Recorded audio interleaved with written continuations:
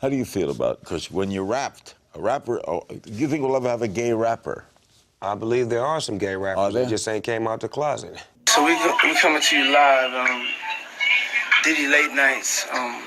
Anything can happen. I'm just vibing. It's so wide. It's been 5 weeks since Diddy's arrest, and new revelations are still sending shockwaves through the entertainment industry. Among the latest to speak out is Snoop Dogg, who has shared some chilling details about his time living under Diddy's roof. According to Snoop, rappers are absolutely terrified of attending Diddy's parties, and he's here to spill the tea on even more shocking details. As a fellow veteran in music and one of Diddy's longtime rivals, Snoop seems more than pleased at the prospect of Diddy facing serious consequences. With years of experience in the industry alongside Diddy, Snoop is believed to hold many hidden secrets about the Bad Boy founder. Keep watching to learn all the details. Before diving into the recent revelations, it's essential to understand the roots of Snoop Dogg's deep-seated animosity towards Diddy. This hostility traces back to the notorious East Coast-West Coast hip-hop rivalry that defined the 1990s. This conflict wasn't merely about musical preferences, it stemmed from a broader atmosphere of intense competition and resentment between artists from Diddy's Bad Boy records on the East Coast and Suge Knight's Death Row records on the West Coast, where Snoop Dogg was a prominent figure. Death Row Records was home to iconic artists such as Dr. Dre, Snoop Dogg, and Tupac, solidifying its dominance over West Coast hip-hop.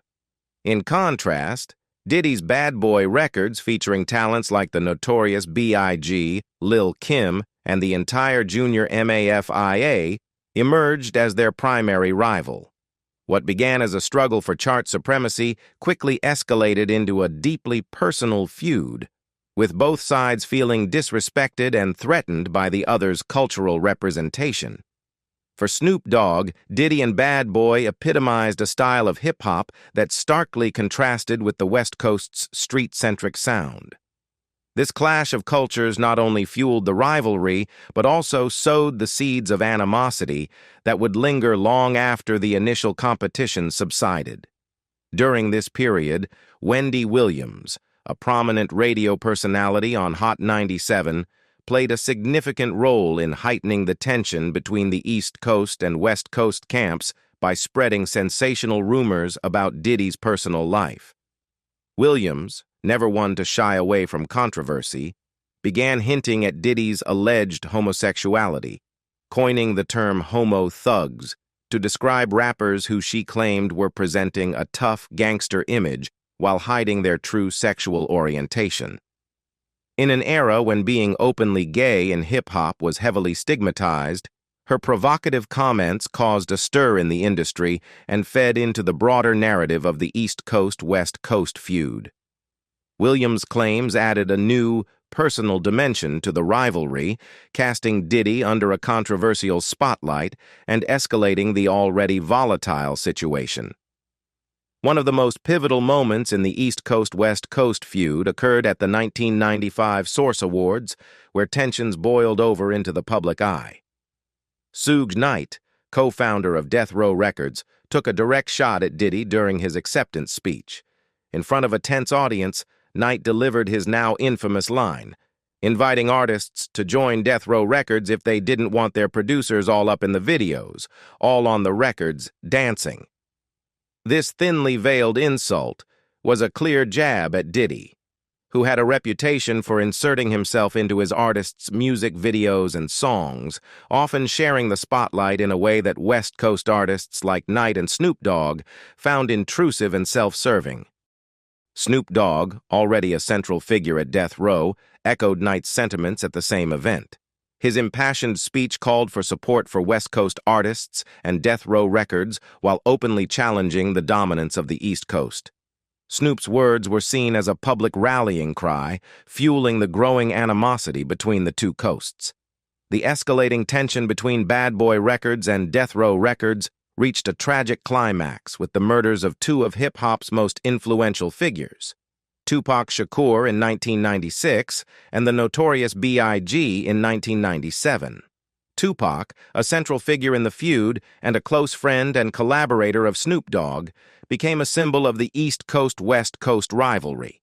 His charisma and talent drew attention from both coasts, but he ultimately found himself entangled in the violent conflict that was brewing between the two labels. Following Tupac's murder, Snoop's resentment toward Diddy intensified considerably. He believed that the animosity and fierce competition between Bad Boy and Death Row played a significant role in the violence that claimed Tupac's life. Snoop's grief over Tupac's death was compounded by feelings of betrayal and anger towards Diddy and Bad Boy Records. In the years that followed, Snoop Dogg made several claims that hinted at Diddy's possible involvement in Tupac's murder. Although these accusations are controversial and remain unproven, they reflect the deep-seated bitterness Snoop harbored toward Diddy and the impact of their rivalry. For Snoop, the stakes were more than just competition. They involved personal relationships and the tragic consequences of a feud that spiraled out of control. Despite occasional moments of apparent reconciliation between Snoop and Diddy, Snoop has not shied away from expressing his disdain for Diddy's flashy commercial persona.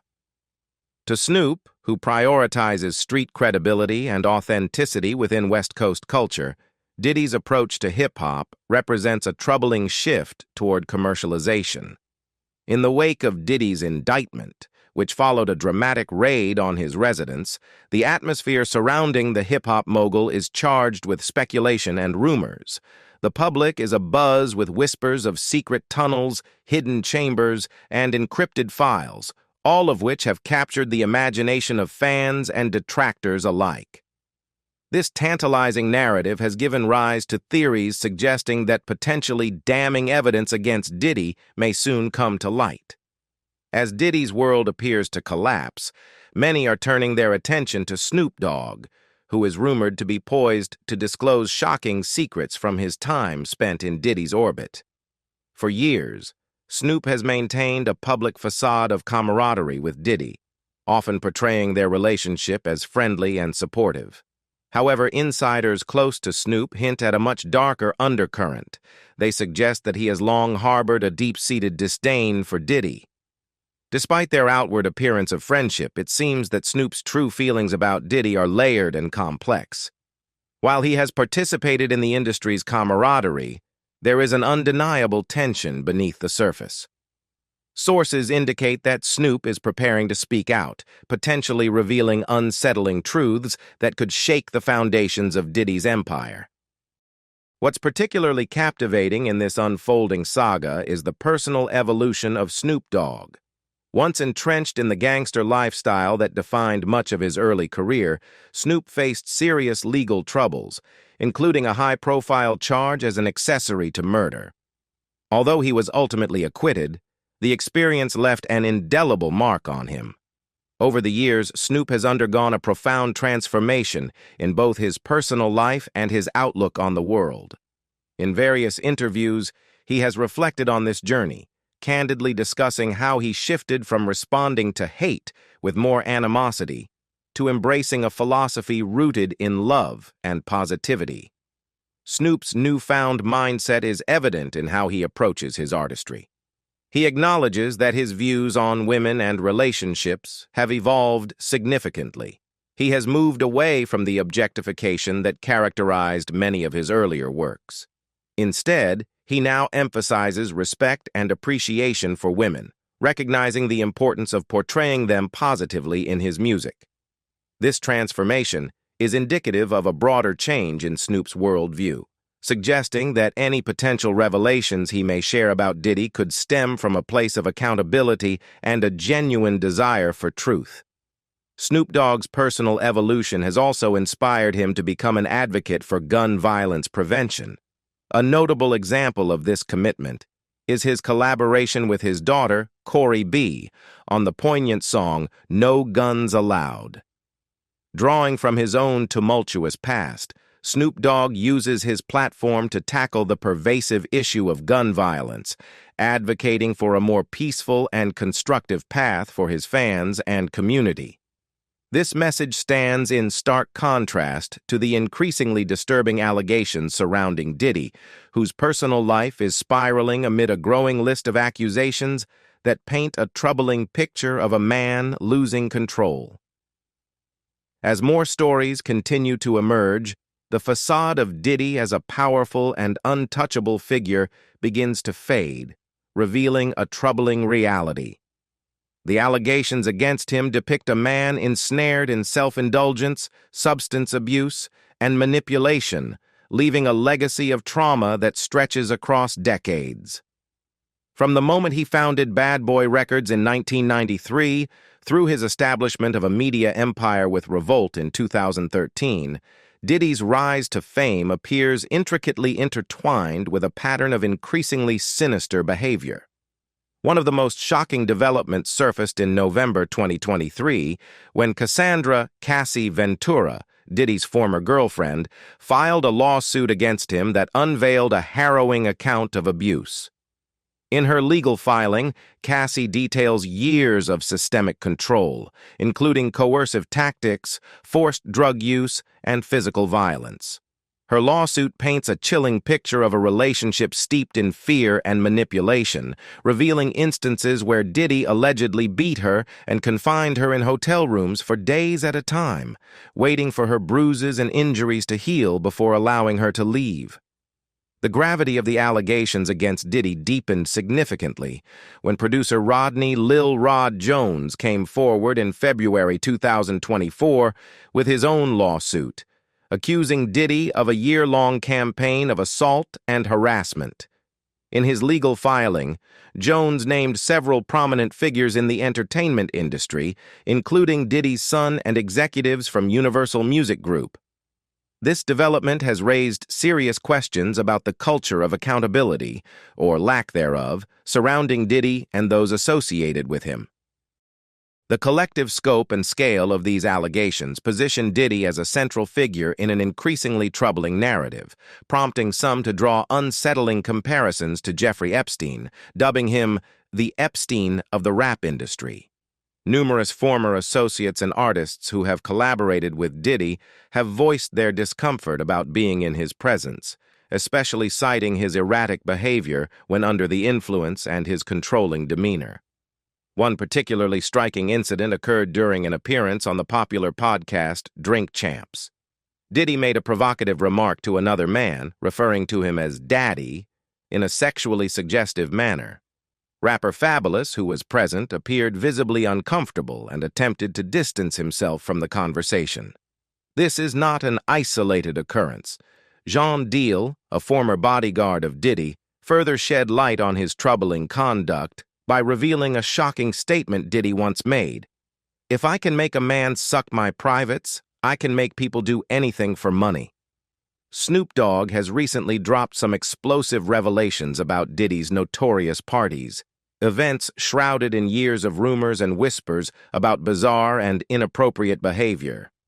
These lavish gatherings, often costing millions of dollars, attract over 1,000 guests and feature strict dress codes, alongside seemingly endless supplies of alcohol and drugs. However, it's not just the excess that raises eyebrows, it's the unsettling nature of the events themselves. Many industry insiders allege that Diddy uses these extravagant parties as a stage to indulge in his most eccentric sexual fantasies, doing so without any regard for discretion. Reports suggest that the atmosphere at these gatherings can be intimidating, with rumors swirling about the types of activities that take place.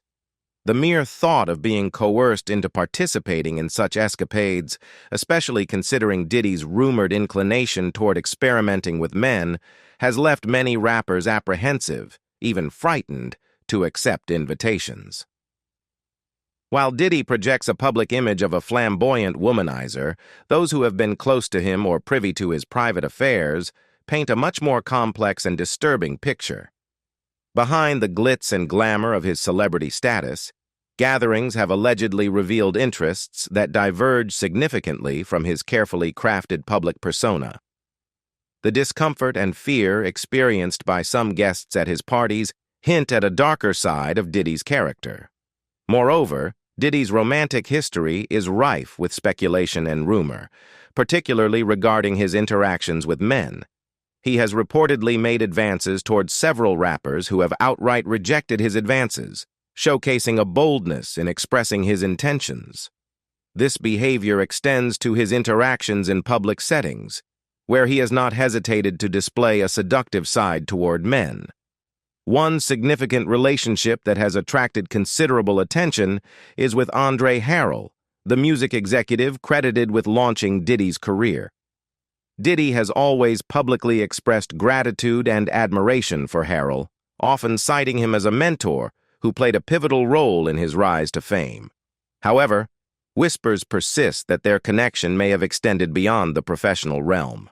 This speculation has intensified, particularly due to the complicated dynamics in Diddy's personal life, especially regarding his late ex-wife, Kim Porter. Porter reportedly had suspicions about the nature of Diddy's relationship with Harrell, especially after she allegedly contracted a sexually transmitted disease, STD, from him. Her forthcoming tell-all book, which is expected to provide an unflinching look at her life with Diddy, hints at the tumultuous aspects of their relationship. In the book, she suggests that her experience was not an isolated incident, but rather indicative of deeper issues that plagued their time together. Another notable figure in Diddy's ascent to fame is Clive Davis, the legendary music mogul. Their initial meeting has often been portrayed as an innocent encounter that paved the way for Diddy's success. However, this narrative is clouded by persistent rumors regarding Davis's interest in sexual relationships with young men. Reports suggest that Diddy was not the only rising star to benefit from Davis's mentorship. Numerous artists have claimed that Davis leveraged his position of power to engage in sexual activities while promising them lucrative careers in exchange.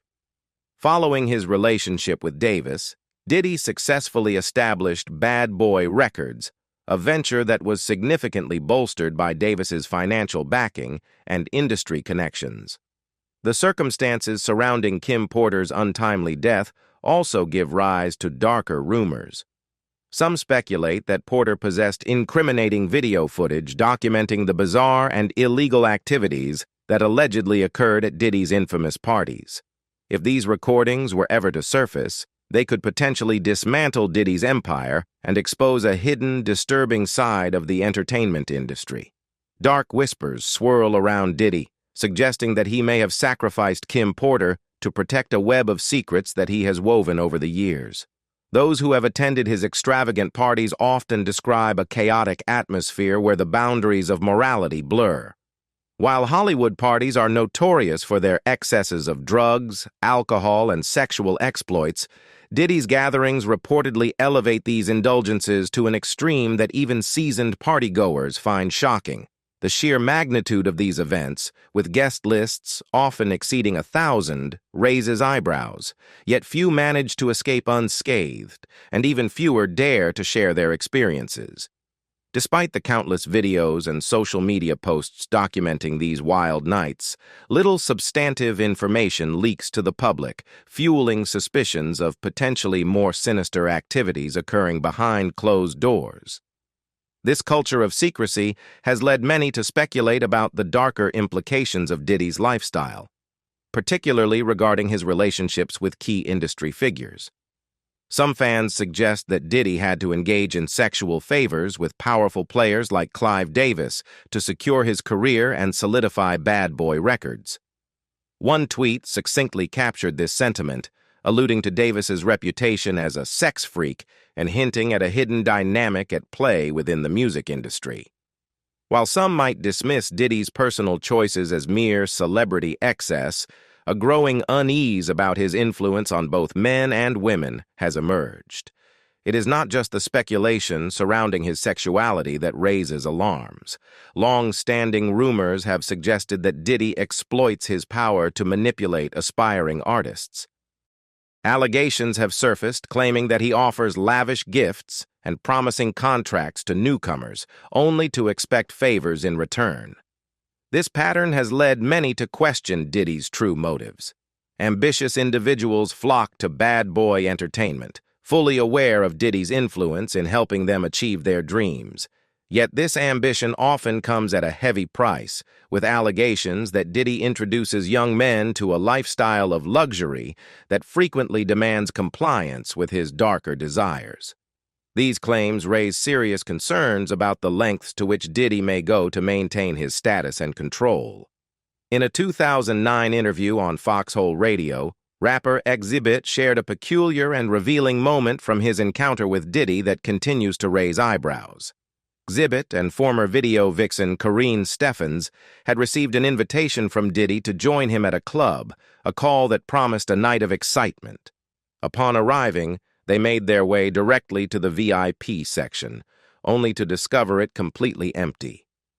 Disappointed by the lack of atmosphere, they decided to take a break from the dull surroundings and moved to the main lobby to relax.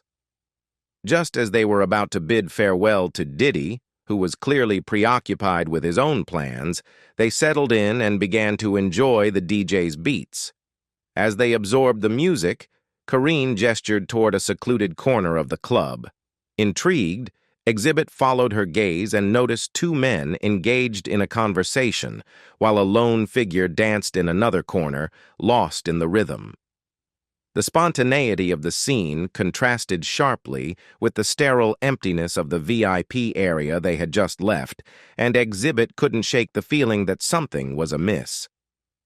This unusual experience prompted speculation among viewers about the true nature of Diddy's invitation. Was there an ulterior motive behind it?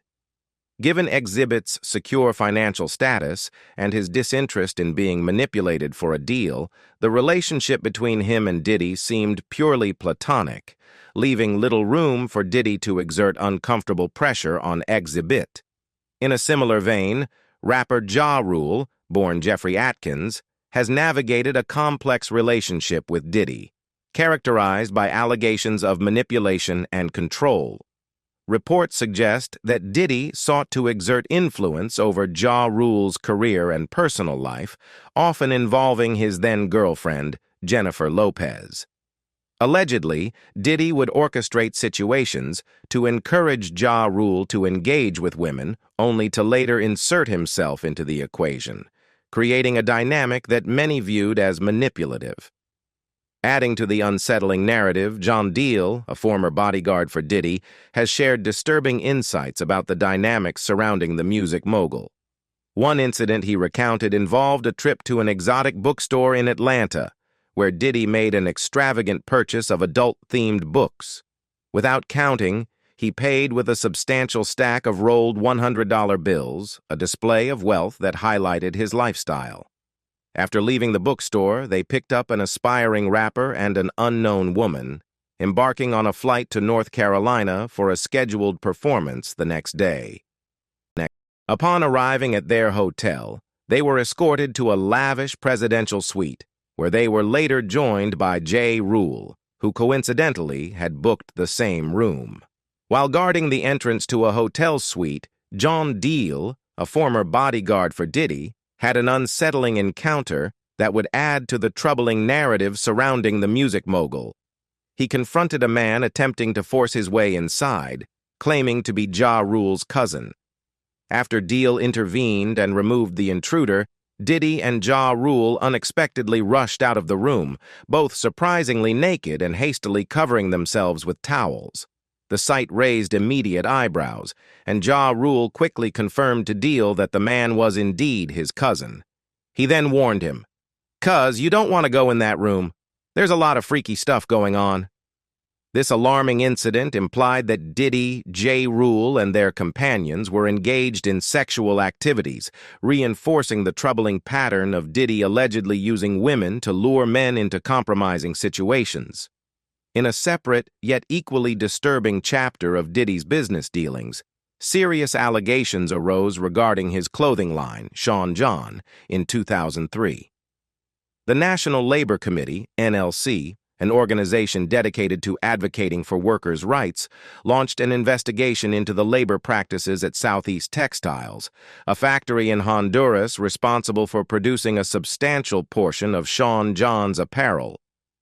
The NLC's investigation uncovered distressing details about the working conditions at Southeast Textiles, where approximately 80% of the factory's production was dedicated to Sean John's clothing line. The remaining 20% catered to Rocawear, a brand owned by Jay-Z.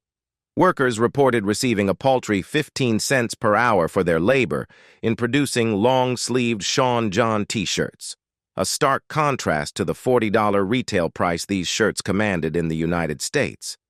This significant wage disparity highlighted the troubling profit margins enjoyed by the brand compared to the meager earnings of the laborers who made the products.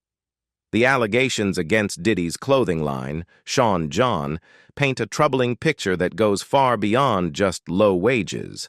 Many workers reported experiencing a range of abusive practices that clearly violated their rights. For instance, they were explicitly forbidden from unionizing, which is a fundamental right recognized under international labor standards. The situation was particularly dire for pregnant employees who faced harsh consequences for disclosing their pregnancies. Many reported being fired immediately, reflecting a blatant disregard for family and health issues in the workplace. The atmosphere at Southeast Textiles was described as oppressive and intimidating. Supervisors allegedly yelled at workers, creating a hostile environment where complaints were discouraged. Employees had to follow strict rules, including not being allowed to make eye contact with one another while working. This not only dehumanized them, but also fostered a climate of fear. There were even claims that workers were forced to change their hair color to match the shirts they were producing. The factory itself resembled a heavily guarded compound, surrounded by black gates and patrolled by armed guards. This intense security setup indicated a fear of unrest among the workers, likely due to the oppressive conditions they endured. Reports suggested that employees underwent thorough searches upon entering the facility, reinforcing the level of control and surveillance imposed on them. All of this contributed to an environment that seemed designed to maintain order through intimidation, leaving many workers feeling uneasy and trapped. In a notable incident from 1999, Sean "Diddy" Combs found himself in a violent confrontation with record executive Steve Stout, sparked by a disagreement over the music video for Nas's song "Hate Me Now." Diddy had made a cameo in the video, but was unhappy with a particular scene depicting him on a cross, symbolically representing himself in a Christ-like manner. Feeling that his request to remove the scene was ignored, Diddy became increasingly frustrated. Tensions reached a boiling point during a meeting between Diddy and Stout at Interscope Records. Witnesses reported that Diddy and a few of his associates physically attacked Stout during their discussion. Stout was knocked to the ground and beaten, describing the assault as a shocking and sudden escalation from what had started as a professional conversation. As a result of this incident, Diddy faced legal repercussions. He ultimately pleaded guilty to harassment and was ordered to pay Stout $500,000, framed as management fees in a settlement that helped him avoid further legal trouble. This altercation is often cited as an early indication of Diddy's propensity for violent outbursts when provoked, an issue that would re-emerge throughout his career. In the same year, rapper Shyne, whose real name is Jamal Barrow, found himself entangled in a notorious shooting incident at a New York City nightclub involving Sean "Diddy" Combs and his then-girlfriend Jennifer Lopez. The altercation left 3 bystanders injured, and despite being signed to Diddy's Bad Boy Records, Shyne ended up taking the fall for what happened that night. At just 18 years old, he was an aspiring rapper with dreams of making his mother and his home country of Belize proud, but his ambitions were drastically altered when he became the center of this nightclub shooting. Shyne has claimed that Diddy fired a shot into the ceiling, which sparked the chaos that led to the injuries of the 3 people. Diddy later maintained that he acted in self-defense. While Diddy and Lopez were briefly arrested along with Shyne and Diddy's bodyguard, Anthony Wolf Jones, the charges against Diddy and Lopez were ultimately dropped. In contrast, Shyne was convicted on multiple charges, including criminal possession of a weapon, and received a 10-year prison sentence. He has voiced the belief that Diddy's legal team leveraged their resources to secure a not guilty verdict for their client, leaving Shine to bear the weight of the consequences alone. This incident not only shed light on the dangerous environment surrounding Diddy, but also raised important questions about loyalty and accountability in the high-stakes world of hip-hop. Shine has finally broken his silence, accusing Diddy of essentially sending him to prison. He claims that Diddy contacted witnesses to testify against him, effectively making Shine the scapegoat for the nightclub shooting.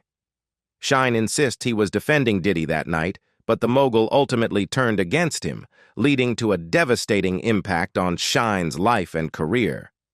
After serving nearly a decade behind bars, Shine was released in 2009 and subsequently deported to Belize. Since then, he has successfully reinvented himself as a politician and has risen to become the leader of the opposition in the Belize House of Representatives. Despite his political success, Shine still holds deep resentment toward Diddy for how he handled the 1999 incident and its fallout. Amid all the swirling rumors and accusations surrounding Diddy, there's also a darker shadow looming: the unsolved assassination of Tupac Shakur. Could there be a connection between Diddy's recent legal troubles and the Notorious incident that shook the music world in 1996? Share your thoughts in the comments below to let us know. If you want to stay updated on more explosive revelations, don't forget to like and subscribe for all the latest content. I'll see you in the next video. Bye for now.